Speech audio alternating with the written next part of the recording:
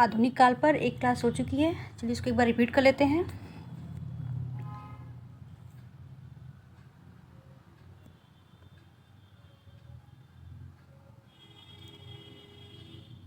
बच्चन सिंह के अनुसार बच्चन सिंह जी ने अपनी पुस्तक में क्या लिखा है? आधुनिक काल का आरंभ विद्वानों के अनुसार क्या है? विश्वबंधु परिवर्तन काल क्या माना है? ये सब हम लोग पढ़ लिए हैं। गणपति गुप्त के अनुसार आधुनिक काल का विभाजन क्या था? नगेंद्र के अनुसार क्या था? ये भी हम लोगों ने पढ़ लिया है। फोर्ट विलियम कॉलेज का योगदान क्या रहा है? इसके संस्थापक कौन है? इसके आगे देखते हैं। चलिए यहाँ से स्टार्ट करते हैं। यहाँ तक हम लोगों ने पढ़ लिया है। अब देखेंगे आज लल्लू लाल जी को। इनका समयकाल 1763 से 1835 ईस्वी है। ये फोर्ट विलियम कॉलेज में नियुक्ति 1800 ईस्वी में हुआ था, जबकि सरकारी पत्रों में नियुक्ति इनका 1802 मिलती है। इनकी रचनाएं कौन कौन सी है? सिंहासन बत्तीसी जो 1801 ईस्वी में है, बैताल पचीसी 1801 ईस्वी में है, माधोनल 1801 ईस्वी में है, राजनीति 1802 ईस्वी में है। आगे देखते हैं।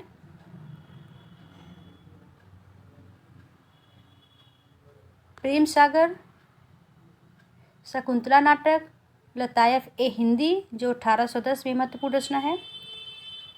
कुसुम राय के अनुसार प्रेम सागर का 1803 ईस्वी की रचना मानते हैं। किसके अनुसार? तो कुसुम राय के अनुसार। ब्रजभाषा व्याकरण 1811 ईस्वी में है। सभा विलास 1815 ईस्वी में है। माधव विलास 1817 ईस्वी में है। लालचंद्रिका बिहारी सतसई का टीका है जो 1818 ईस्वी में लिखा हुआ है। इनकी रचना राजनीति, माधव विलास तथा लालचंद्रिका ब्रजभाषा में तथा शेष रचनाएं खड़ी बोली गद्य में है। लालचंद्रिका, माधव विलास, राजनीति किस भाषा में है? तो ब्रजभाषा में है। ये भी आप लोग अच्छे से याद रखिएगा। राजनीति माधव विलास और लालचंद्रिका ब्रजभाषा में लिखी हुई रचना है। लतायफ ए हिंदी की भाषा को लल्लू लाल ने वजुबान ए रेख्ता कहा है। अपनी किस रचना को लल्लू लाल ने वजुबान ए रेख्ता कहा है? तो लतायफ ए हिंदी को। ये महत्वपूर्ण है। आगे देखते हैं। अब देखते हैं सदल मिश्र का समयकाल क्या रहा है? 1768 से 1848 ईस्वी। ये क्या थे? फोर्ट विलियम कॉलेज के अध्यापक थे सदल मिश्र। इनकी रचनाएं कौन कौन सी? चंद्रावली जो 1803 ईस्वी में है। रामचरित, इनकी जो रचना अध्यात्म रामायण का अनुवाद है जो 1806 ईस्वी में था। हिंदी पार्सियन वाक्यबुलरी इनकी महत्वपूर्ण रचना है सदल मिश्र की, ये 1809 ईस्वी में है। चंद्रावती का दूसरा नाम नासिकेतोपाख्यान है। ये भी महत्वपूर्ण, कई बार एग्जाम में पूछा गया है। यह यजुर्वेद के आधार पर कठोपनिषद की नचिकेता कथा का ही खड़ी बोली गद्य में रूपांतरण है। आगे देखते हैं। इनकी जो रचना रामचरित में कुल 7 खंड हैं। कितने हैं? 7 कांड हैं। रामचरित जो रचना है सदल मिश्र की, इसमें कितने कांड है? तो 7 है। डॉक्टर कुसुम राय के अनुसार रामचरित का रचना काल 805 है। आगे देखते हैं। मुंशी सदासुखलाल, ये क्या थे? सरकारी के कर्मचारी थे, ये अध्यापक नहीं थे। इनकी रचनाएं सुख सागर, विष्णु पुराण, मुंत बखूत वारीख, सुरसुरा निर्णय। बच्चन सिंह के अनुसार हिंदी में इनका उपनाम क्या था? सुख सागर था, जबकि उर्दू व फारसी में निसार नाम था। इनके अनेक विद्वान सुख सागर को पुस्तक नहीं बल्कि क्या मानते हैं? सदा सुख राय का उपनाम मानते हैं।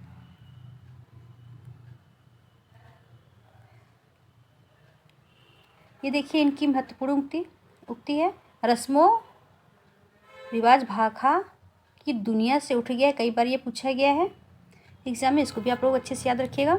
अब देखते हैं इंसान खां को। शाह आलम द्वितीय व नवाब सआदत अली खां के दरबार में रहते थे। कौन? इंसान खां। रचना रानी केतकी की कहानी, और उसका दूसरा नाम क्या है? उदयभान चरित्र। आचार्य रामचंद्र शुक्ल रानी केतकी की कहानी को विक्रमी संवत 1800 1855 से 1860 विक्रमी संवत के बीच की रचना मानते हैं। कौन? रामचंद्र शुक्ल। किस रचना को? तो रानी केतकी की कहानी।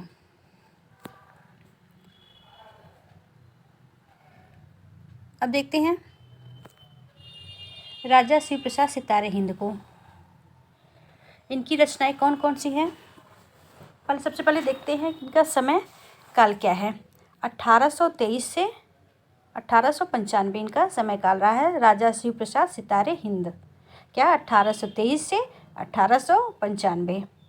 इनकी रचनाएं आलसियों का कोड़ा, वर्णमाला, स्वयंबोध उर्दू, वामान रंजन, विद्यांकुर, राजा भोज का सपना, भूगोल हस्तामल, मलक, इतिहास तिमिरनासर, गुटका, हिंदुस्तान के पुराने राजाओं का हाल, मानव धर्मसार, सिखों का उदय और अस्त उपनिषद सार, ये मन की महत्वपूर्ण रचना है। चलिए आगे देखते हैं। अब देखते हैं राजा लक्ष्मण सिंह के विषय में। इनका समय काल क्या है? 1826 से 1896। ये संस्कृतनिष्ठ हिंदी के पक्षधर थे। ये प्रजा हितैषी पत्र के संपादक थे। कौन?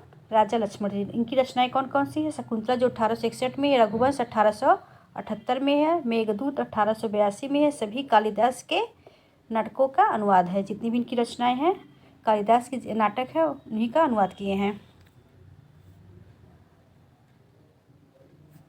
आगे देखते हैं। देखते प्रारंभिक खड़ी बोली गद्य की रचनाएं कौन कौन सी है। जटमल गीत राजस्थानी भाषा में गोरा बादल की बादल री बात, जिस अनुवाद गोरा बादल की कथा है, जिसका अनुवाद गोरा बादल की कथा है। बाइबिल तथा नए धर्म नियम का अनुवाद विलियम केरे ने किया था। दाऊद के गीत श्रीरामपुर प्रेस से प्रकाशित है। मार्शलमैन की पुस्तक प्राचीन इतिहास का अनुवाद कथासार शीर्षक से पंडित रतनलाल ने किया था। किसने? रतनलाल ने किया था, कथासार शीर्षक से, मार्शल की जो पुस्तक थी। श्रद्धाराम फुलारी ये पंजाब के निवासी थे। इनका समय काल 1837 से 1881 था। ये पंजाब के निवासी थी। रचनाएं तत्वदीपक, सत्यधर्म, मुक्तावली, भाग्यवती, उपन्यास था शतोपदेश, रमल, कामधेनु, सत्यामृत, प्रवाह, बीज मंत्र, इनकी महत्वपूर्ण रचना। इसको अच्छे से याद रखिएगा। आगे देखते हैं।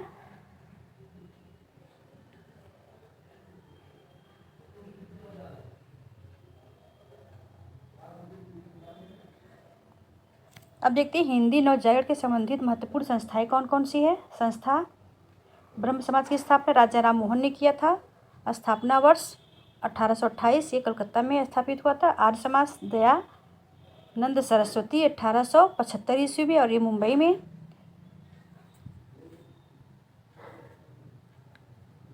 थियोसोफिकल सोसाइटी की स्थापना किसने किया था?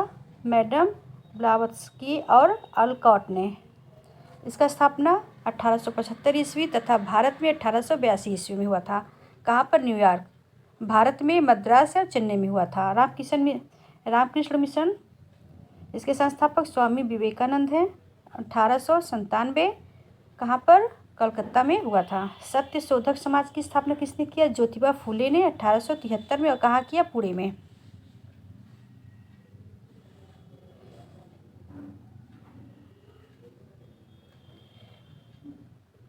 तो आज के लिए इतना ही। अगर मेरी क्लास आप लोग को अच्छी लगे तो लाइक और सब्सक्राइब जरूर करिएगा। अब मिलते हैं नेक्स्ट वीडियो में। तब तक के लिए नमस्कार।